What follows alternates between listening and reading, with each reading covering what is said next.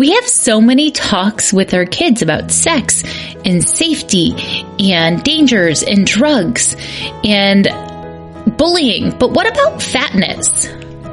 Let's keep calm and mother on.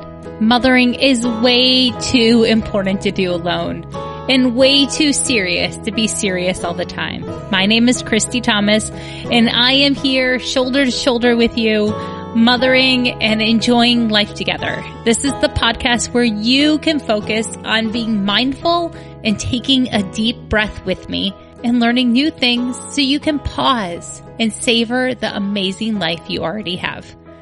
Now let's go. Oh, there we go. I'm very excited today to talk to Virginia Sowell-Smith. You may know her online from Instagram and journalism, or you may not. But either way, this is going to be a really interesting conversation. Her new book comes out in April, and it's called Fat Talk: Parenting in the Age of Diet Culture. And with everything that's come out recently from the American Academy of Pediatrics, this is a much needed conversation. So I'm glad you're here. Thank you. Thank you. I'm glad to be here. So let's just jump in. This book is really like the conversation we need about fat. Like, we have conversations about sex and drugs and safety, and we have conversations that are maybe about healthy foods, but very, very biased, obviously, as I now know from reading this book. But we need to talk about fat. So let's jump in. Let's learn a little bit about you. Yeah, sure. So I'm a journalist. I've been a health reporter for about 20 years, and most of my career, I was working in women's magazines and doing health reporting for places like the New York Times, Scientific American, other mainstream media outlets. And for a lot of that time, I was reporting on health and weight in the very standard way, which is to assume that if you are in a bigger body, you want to be in a smaller one, that everyone's health always improves with weight loss, et cetera, et cetera. And somewhere along the way, particularly around almost 10 years ago, when I became a mom myself and started to kind of reckon with these issues in a more personal way, I started to question that paradigm and to look at what the research really said about weight and health, and to realize the relationship is much more nuanced than we've been led to believe, that higher body weight does not always equal poor health outcomes. And even if it is associated with poor health outcomes, we don't have safe and effective, sustainable ways for most people to lose weight. So, it's sort of a moot point. And in particular, when it comes to kids, focusing on weight is a really harmful way to go about approaching health. It is not health promoting. And we have just, research study after research study showing that focusing on weight, weight-based teasing and shameful comments about foods and bodies, certainly dieting in kids, all of this increases their risk for disordered eating and eating disorders and a whole host of other negative outcomes. So that's really when I started to shift the focus of my writing and research and look more at what does a weight-inclusive model of health look like? How can we expand these definitions? And that's led me both to this book and the work I do on my own newsletter and podcast, Burnt Toast. And I'm so grateful you are doing this, because when my oldest was a baby 16 years ago, when I was a new mom, we went through that whole failure to thrive thing early on. And then once we solved failure to thrive, she went to like the 99th percentile. And then like strangers would come up to us all the time and make all sorts of comments. And I was like, man, I can't win. Yeah.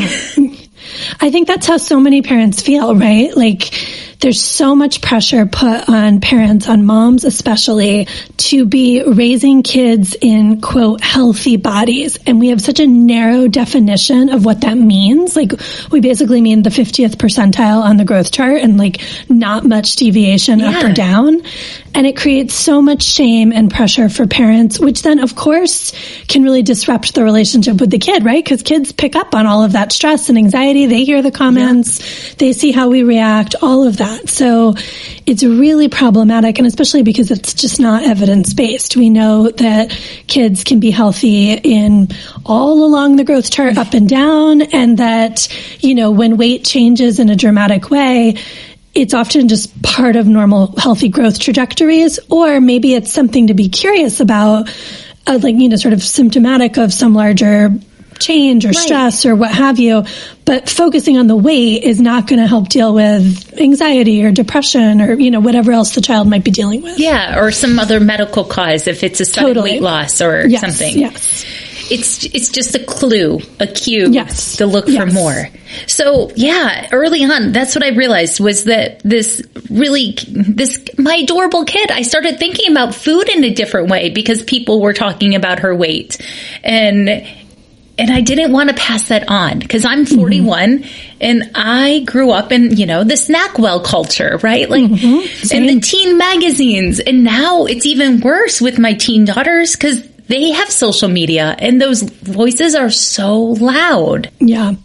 Yeah. I mean, it is really interesting. I'm the same age as you. So, 90s diet culture, as we experienced it, was not great. Like a lot of really bonkers stuff went on. A lot of messages. It's good to have that affirmed by someone who's studied it instead of just it was really messed up. When I think about the harm caused by 17 magazine, which is a magazine I also worked at the start of my career, by the way. So I've been on both the recipient of the harm and the creator of the harm. When I think about the narratives in those magazines about getting your best prom body and your best bikini body and, love your body, but also, how to lose 5 pounds or whatever. Yep. It was really toxic. Our definition of what counted as fat back then was really bodies that I don't think we would today consider fat. Correct. So, there was a really narrow standard of what your body should be. But the difference now is that because we have social media, it's this fire hose of the content. Those magazines showed up in our mailboxes once a month, and then, you would recycle them after a few weeks or whatever, Yep, and now cut them apart and right, exactly. Make your collages. Yep, exactly. Make your vision boards. Of angst in my closet and hang them up. Right. No, totally. But that's still a much different level of consumption than what our kids are dealing with and what we deal with now that we're, scrolling.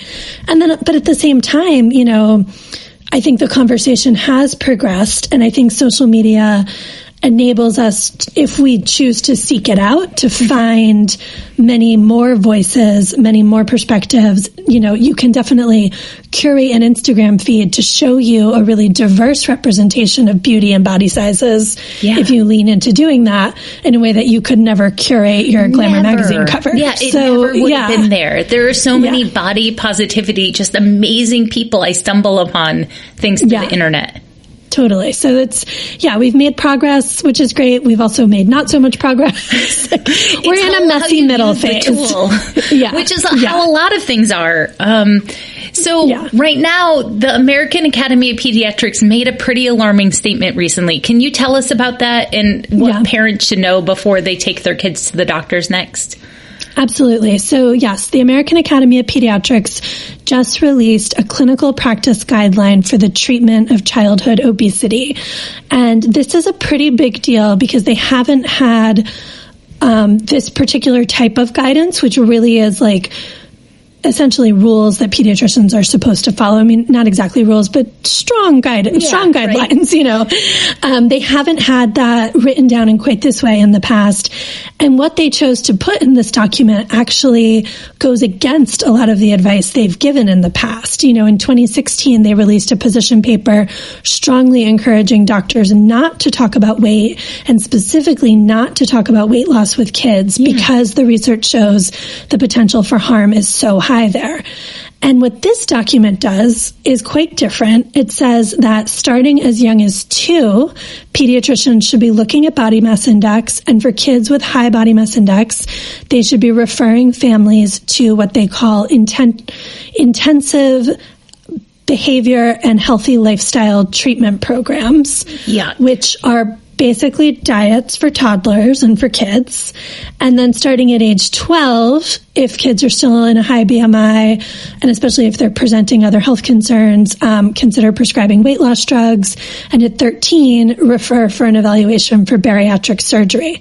So this is a much more aggressive approach to managing kids' weight and to pushing weight loss on kids than we have ever seen this organization do before. And it really, you know, when you start to dig into the research that they pulled to justify this guidance, it doesn't match up. You know, a lot of the studies are quite small. They're not showing clear efficacy, or they're not really looking very closely at the potential for side effects like increased rates of disordered eating and eating disorders. So it's really, I think a lot of folks just feel really stunned by this shift. And I've talked to a lot of pediatricians who are angry about it, who are worried this is going to make their jobs harder because they feel pressured to follow the guidelines. Yeah. You know, so it's really complicated. The one sort of silver lining to the whole thing is that I think most parents, you know, the takeaway for us is to realize we have more power than we realized in those situations. And a pediatrician still needs to obtain informed consent to do any of this. And so you as the parent can say no. You can say to your pediatrician, you know, I don't want to discuss weight in front of my child. Any conversation you need to have about BMI, let's please have this outside of the exam room, away from my kid. And when they start, if they do start saying, you know, you should consider these programs or these medications, you can say, you know, I need to do more research. I'm not comfortable with this. This is an approach that's going to fit for our family. Now, to be clear, that's not going to feel safe for every parent to do. Lots of folks who it's hard to speak up like that. Like, it's I've had the weight conversation of like, hey, we don't talk about the scale. Like, I don't care what my kid weighs. If you have an issue, talk about it outside of this or in the hallway with me. Yep. But it's very scary. Even that, or even for my own self, right? Like when I go to the doctor and I'm like, I don't want to be weighed. Like, I know that's an option I can advocate for. Definitely. Yeah. But if you're going in with other marginalizations, you know, folks of color, lower income families, et cetera, you're already dealing with so much in that context. This can feel really hard, but it is your right. It is your right to refuse. And I think that, you know, pediatricians are not a monolith. I think that there is some pushback within the profession about these guidelines. So it is possible to find doctors who are going to be very happy for you to set that boundary and respect it and, you know, kind of go from there. But there's no question, you know, this was a really unfortunate decision they made, and I think we are going to see fallout from it in the years to come in terms of how this impacts kids, 100%. So it's super, super concerning. Yeah, because your book already talks about why BMI shouldn't be like how we weaponize BMI and how we use it as a standard. So can you explain that a little bit in case a mom doesn't know that? Totally. So BMI is the body mass index. I think people are familiar with the formula. It's like takes your height and weight and multiplies it and divides it and does all that. And then plots you in a, you know, underweight, normal weight, overweight, or obese categories. This scale was initially developed in the 19th century by a Flemish astronomer and statistician, not a doctor, not a health expert. He was measuring what he called the average man, meaning like the bodies of 19th century Flemish white men. Yeah, that is one very specific population. Right. A very specific group of people. That is no demographic shared with me. No, absolutely. Yeah, that is not relevant to the vast majority of us. So, you know, this was not a scale ever intended to measure health. This was about like sort of tracking population size in a larger way. And then in the early 20th century, the American life insurance industry adopted it as their standard. And that's when it became synonymous with health in terms of American healthcare. But there's a lot of evidence to show that it does not correlate with health outcomes. You know, we have really good research showing that, in fact, folks in the overweight category live longer than folks in the normal weight category, and even folks in the low obese category live longer than the normal weight and underweight folks. So, like, it just doesn't take into account so many other factors. There can be health at every size. There can be health at every size. And even, again, if someone's not healthy, they still deserve respectful, safe care. Absolutely. They still deserve evidence-based care. And most of the time, weight loss is not the evidence-based recommendation. So, yeah, BMI is and the other thing I just wanted to say about BMI is that it's a particularly terrible measure of kids' health.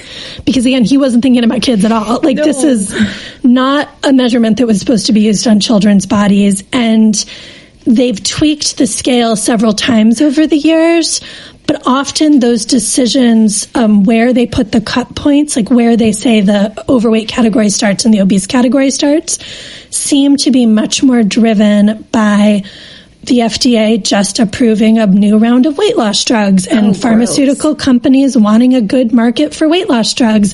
And if you have this measurement that every doctor's office is using and it's telling a bunch of people, hey, now you're in the overweight or the obese category, guess what? You've got a bunch of folks who are going to be interested in the weight loss drugs. So I think, it's so complicated, and I do think the vast majority of doctors are incredibly well-intentioned, and their goal is our health and well-being. But these standards and these systems have been driven by bias in a lot of different ways over the years, and they have been driven by industry in a lot of different ways. And so it's just really important for us as patients to keep that in mind, that these labels cannot ever give us a full picture of our health or well-being. They certainly do not tell us our worth as people, and they are just like one data point to be considered, in a much larger constellation of data points that matter so much more. Absolutely. But that brings up an important point. So people throw the word fat out there a lot. They use it in a lot of different contexts. Positive, sometimes negative, a lot of the time negative. How do you deal with the word fat and teaching your kids how to embrace just larger bodies? So I think it's really important to reclaim the word fat and to take away those negative connotations. I identify myself as fat, and specifically small fat, which is a label we use for folks who are at the low end of the plus size spectrum, just to sort of acknowledge the fact that the fatter you are, the more anti-fat bias you experience. And so, not wanting to co-opt those folks' experiences.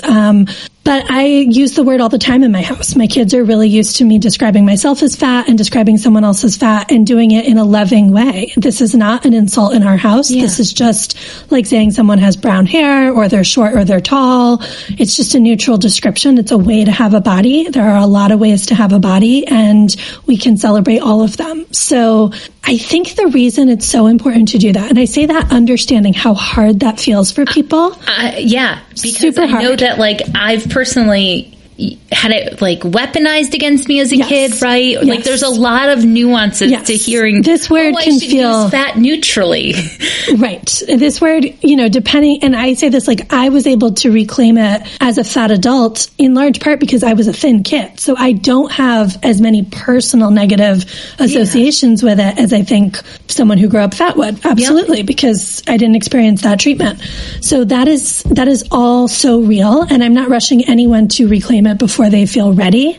But the thing that is worth thinking about and worth sitting with is, if you don't reclaim it, if you let fat be this word that your kids aren't allowed to say, if when your child says, do I look fat, you say, you're not fat, you're beautiful, all you're doing is reinforcing that fat is a bad way to have a body, that a fat person cannot be also beautiful, that fat can't be beautiful. And so all you're doing is reinforcing anti-fat bias through your own hesitancy to make peace with the word. And so again, I say that not to make anyone feel bad. Right. This is your own timeline. Complicated. It's so complicated. But I think there is real power to doing it. And I've talked to lots of folks who did grow up as fat kids, who have had that word weaponized against them for decades.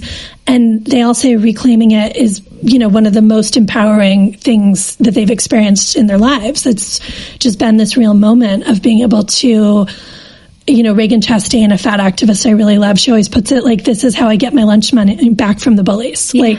This is how I say, okay, you can't come for me anymore. I am standing in my own truth here. You can't take that away from me. And I think it's really powerful. And I think especially if you're raising a fat kid, and again, I'm using that with love, that is just a way to describe a kid's body, not an insult. But if you're raising a fat kid, they need to know that you see them for who they are and you accept them and love them in the body they have. Yeah. And so being afraid to use the word really contradicts that goal, I think. Yeah, because it can feel really unsafe in your own body if you feel like someone's trying to change you all the time. Absolutely. Yeah. Yeah. We can't have radical acceptance of bodies and be trying to change our bodies. Like, these two things don't really go together. And, I also want to be clear, you can be struggling with that and still be working on being a good ally and being a good advocate for these issues. Like, it's not like I'm saying we all have to love ourselves perfect. Yeah. 24/7. No, definitely not. Like, that's a diet culture mentality to be asking that of people. Thank goodness we can get rid of perfection. Yes. But I think instead what we also, I think we can hold loving your body as a goal for our kids. Yeah.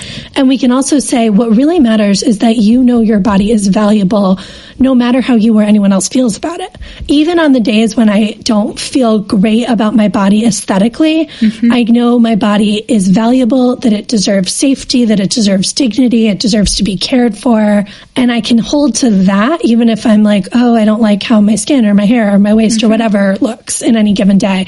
We can make the aesthetics matter much, much less. And we can realize that aesthetics are just one piece of having a body, and they don't take away from your body's value or add to your body's value particularly. I think that teenagers in particular, but everyone, right? Your research says that by kindergarten, most kids think that fat is a bad word. Yeah. I know. And it's really tough, but it's when you start to name anti-fat bias and then start to notice it places, it's not surprising. I mean, it's in Peppa Pig, right? Which is a cartoon aimed at toddlers, and they make fat jokes about Daddy Pig's tummy all the time. So of course, kids by preschool are starting to connect these dots, especially if they see the adults around them, if they see their parents and caregivers, making their own fat jokes or self-deprecating comments about their weight, or saying, oh, I can't have dessert, no cheese for me or whatever, because they're learning that the people they trust and look up to think that there's one right way to have a body. So that's where we can do a lot of good by counter-programming that a little bit. So when you see those jokes in Peppa Pig, do you pause and point them out to your kids? How do you combat it in your house? Yeah, my older daughter is 9.5, and we just started watching Gilmore Girls together, which is one of my comfort watches. I watched, I guess, in my late teens and 20s, and something I sort of go back to. So it's really fun to be sharing it with her. And Gilmore Girls is a great example where there is a lot of strong female characters. There's Melissa McCarthy is on there as a great fat character whose weight is never mocked or apologized for or anything. But then there's also these moments that are just record scratches, where they make comments about how much food the Gilmore Girls eat and how do they stay so skinny. Yep. And I'm sure it's driving my daughter a little bit nuts, but I do pause. I get the remote and I press pause when we hit one of those, and I'm like, oh, I love the show so much, but why did they say that like that? And we have a quick conversation about it, and then we move on and go back to enjoying the show. And I think you can do both. You can use these. I think there's often a sort of knee-jerk panic that sets in where parents are like, okay, well, we just have to get all the diet culture out of the house. And it's like, no. Number one, impossible. And number two, that's that perfectionist mindset coming in again, right? Where you're trying to control this whole thing. What we're trying to do is raise kids with the tools to navigate this themselves and to, ask their own critical questions. And so that's what I'm looking for. And, again, of course, what I'm doing with my own kids is a very small sample. Yeah. But, when my daughter was reading Harry Potter, she brought it up to me, they've got Dudley Dursley on a diet, Mom. What's that about? And, so more recently she was playing a game on her iPad, and it's very much a kid's game. It's penguins on, some snowy sea. I don't know. I don't understand iPad games, but it's about penguins. Yeah. And then in the middle of the game, an ad pops up for keto weight loss pills. And she brought it right over to me, and she was like, what am I seeing? And again, of course, I was like, I want to throw your iPad into the sea. I don't want you to see this. This is garbage. But it was okay, teachable moment, dig deep. Yep. And then it became like every time the ad pops up, she would be like, can you believe it says expert backed? Who are the experts who would back this, you know? Yes. And we're having this dialogue about where she's building media literacy skills by critiquing it and like tearing it apart a little bit more each time. And so it ended up being a great way to talk about these issues and for her to start to make her own choices. And she actually eventually, I mean, I'm sure she'll play the game from time to time, but it kind of fell out of favor as her favorite game because I think she was like, I don't want to be, you know, supporting this. I don't want to see these things anymore. Yeah, I don't want to do this. And that's so much better than if I had banned the game, right? Because if I had banned the game, it would be the only game she wanted to play. Absolutely. So, that's how life works. Completely. It's for sure how parenting works. Yeah. So I guess the last thing I really want to make sure we talk about is how we talk about family dinners and foods. Mm-hmm. So do you have any tips? Because I know in my circle, we've had, we have the fat talk, right, about bodies, but we also have the awareness that some of our friends are actively struggling with eating disorders already. Mm-hmm. And how do we we just want to make a community table where we can eat together. And that's got a lot of bombs on the table right now. Yeah, it's super fraught. I mean, I think it starts with your family's culture at home and, you know, making sure that there are no bad foods or good foods in your house, that treat foods are not restricted. That's not to say you serve cookies for every single meal of the day, but it is to say that when you decide it's time to have treats like cookies after school or dessert with dinner, you aren't requiring kids to eat other foods in order to earn the treats. You aren't putting a lot of rules over how many cookies they can have in one sitting. You're letting them have the foods they love and enjoy them and then move on with their day and decide for themselves how much they want to eat at any one given time with the foods. Is there a way for a parent to backpedal those things if they've done it wrong before? Yeah. And I also, like, we don't even have to call it doing it wrong. Like, yeah. I so don't want parents to feel bad. I totally had a rule before with my kids and I thought I was doing the right thing about like eating vegetables before dessert. Yes. And I never had the clean plate club that I grew up with. Right. So it's like you were like, I'm making these steps, but yeah.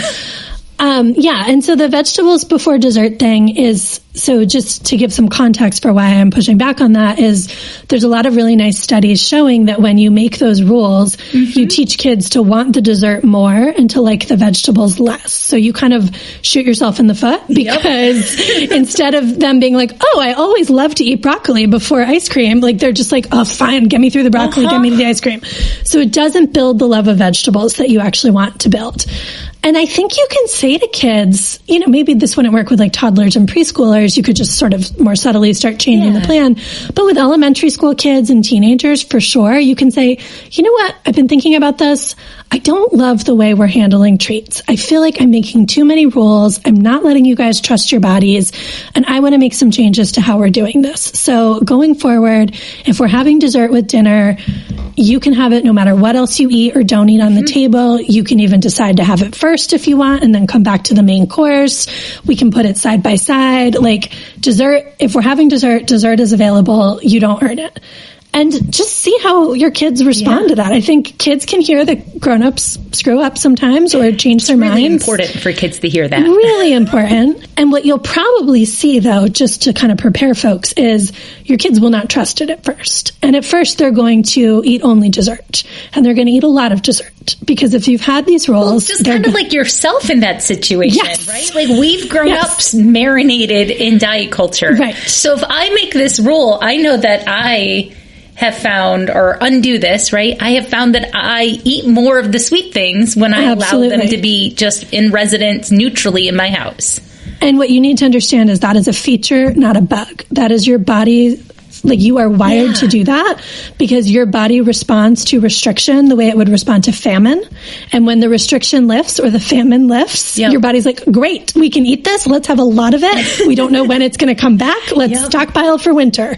And so that is just your body responding to the change and that now this previously scarce resource is now available. And so you have to let kids go through that, and you will only slow down the process if you are like, are you sure you want that much? And, you know, like sit on yourself, like get up and walk away from the table if you have to, like just let them do it. Yeah. And it will take some time. And for every kid, it's going to look very different. There's no right or wrong way through this. Yep. But I think most kids, the research shows, will eventually get to a less fraught place. And so there may be kids who get to a point where they're like, I can take or leave the cookie. And that feels like a victory. But the victory is not that they're not eating the cookie. It's that they are just listening to themselves. Yeah. And so a similar victory is the kid who always is the kid who wants 5 cookies. But they can have 5 cookies and move on with their day now. They're not like, I've had 5 cookies and I'm obsessing on when I get more cookies. Yep. And, it's a fight and it's this whole fraught thing. They may just really love cookies and they're never, I love brownies. We make brownies almost every week in my house. I'm never not going to eat 2 or 3 brownies, like when I have brownies. Like, that's what I want to eat.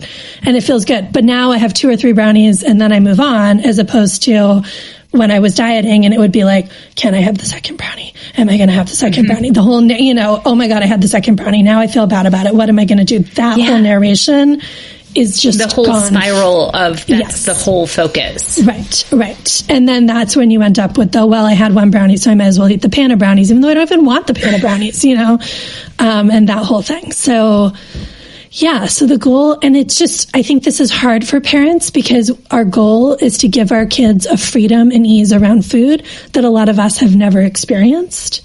So your goal is this thing that may feel like Santa Claus, it may feel like this fantasy world. It's magical. Right. But it can happen. Yeah. It really can happen.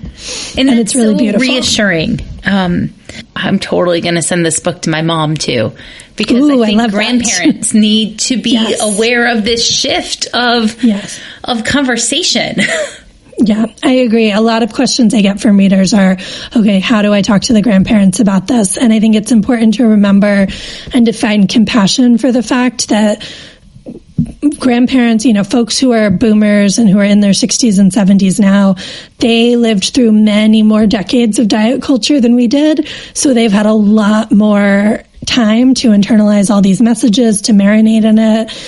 And without the benefit of the discourse that's happening right now. Yeah. So, we have to be patient with them. They're not usually on social media in the same way to find the change of conversation. Right. Yeah. And I think, I have lots of boomer readers on the newsletter, and a lot of folks are saying no, I really want to do this. This makes sense to me. Where has this been all my life? But they're also aware that, it's not everyone. And the starting point is just different. So we have to sort of dig deep and find some grace for our moms and our dads on that one. A lot of compassion.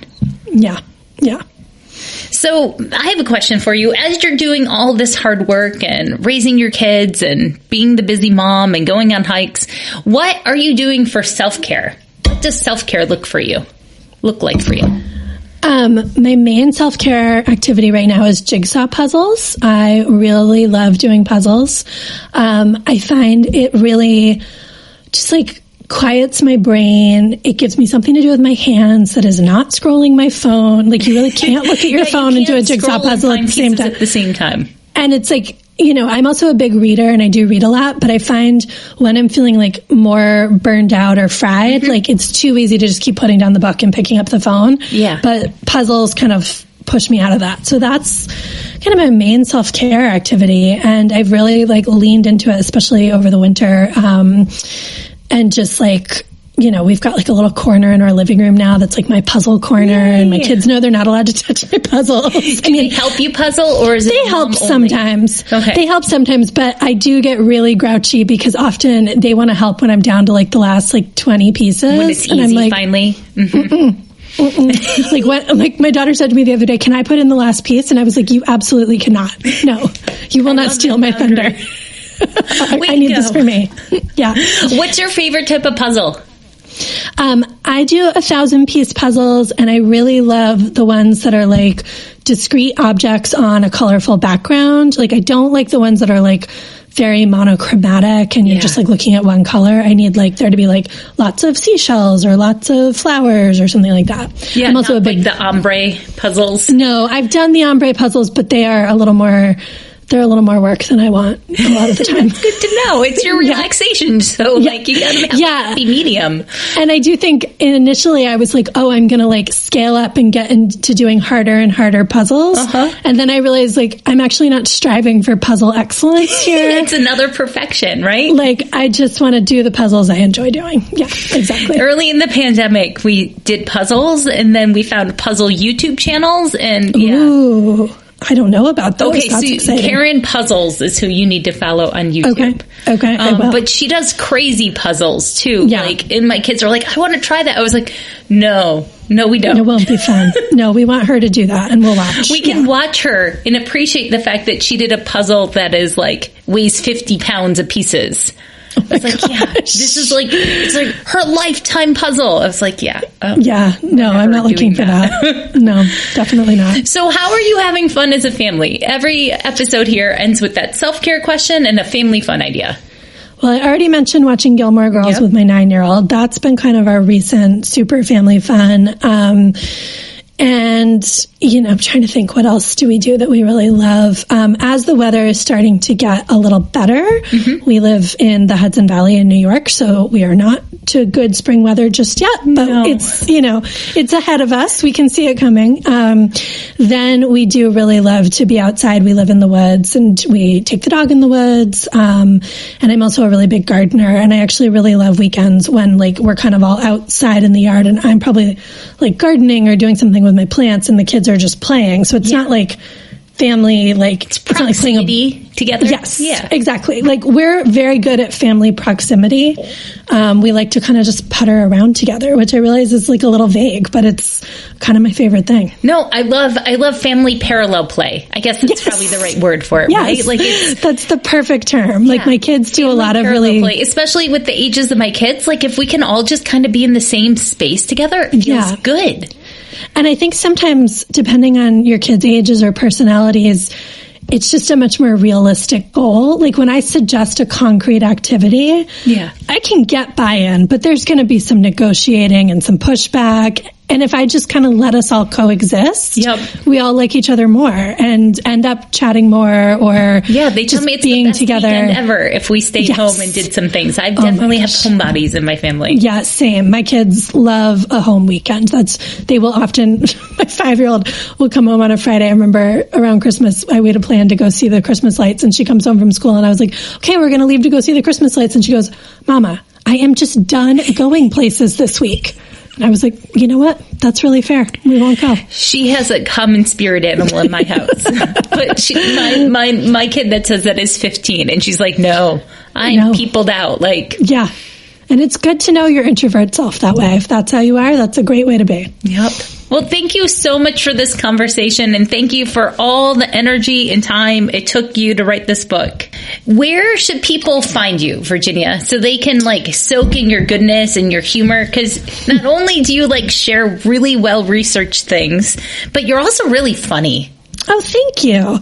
I extra appreciate that because my 4-year-old, no, she's 5. My 5-year-old told me this weekend that I'm not as funny as Daddy, and I really have taken that quite hard. So thank you for saying that. I think there's another bias against women being funny. Like we have this and my 5-year-old has it for sure. Jokes, and I'm trying to embrace mom jokes. Thank you. Absolutely. Mom humor is amazing. Dad jokes are frankly a little predictable. Just going to say it. Yeah. Anyway, so you can get my work. You can obviously get the book, Fat Talk, Parenting in the Age of Diet Culture. It's available anywhere you get your books. There's also an audiobook version, so either one, reading or listening, whatever you like to do. And then you can also subscribe to my newsletter, Burnt Toast, and the Burnt Toast podcast. The podcast is wherever you get your podcasts. The newsletter is at virginiasoulsmith.substack.com. And I am on Instagram, Twitter, and TikTok at _Soulsmith. Excellent. And I will make sure you can find all of those things easily in the show notes in case your pen couldn't write them down fast enough. Well, thank you for being here. You are exactly the right mom for your kids, and I'm glad you're here on Earth. Thank you so much, Christy. I really appreciate that. So go get a copy of the book, Fat Talk. You need to read it this summer. And I want to remind you that I'm also glad that you are here on Earth too. You have always been exactly the right mom for your kids. And I hope you have just a good enough day. See you next time.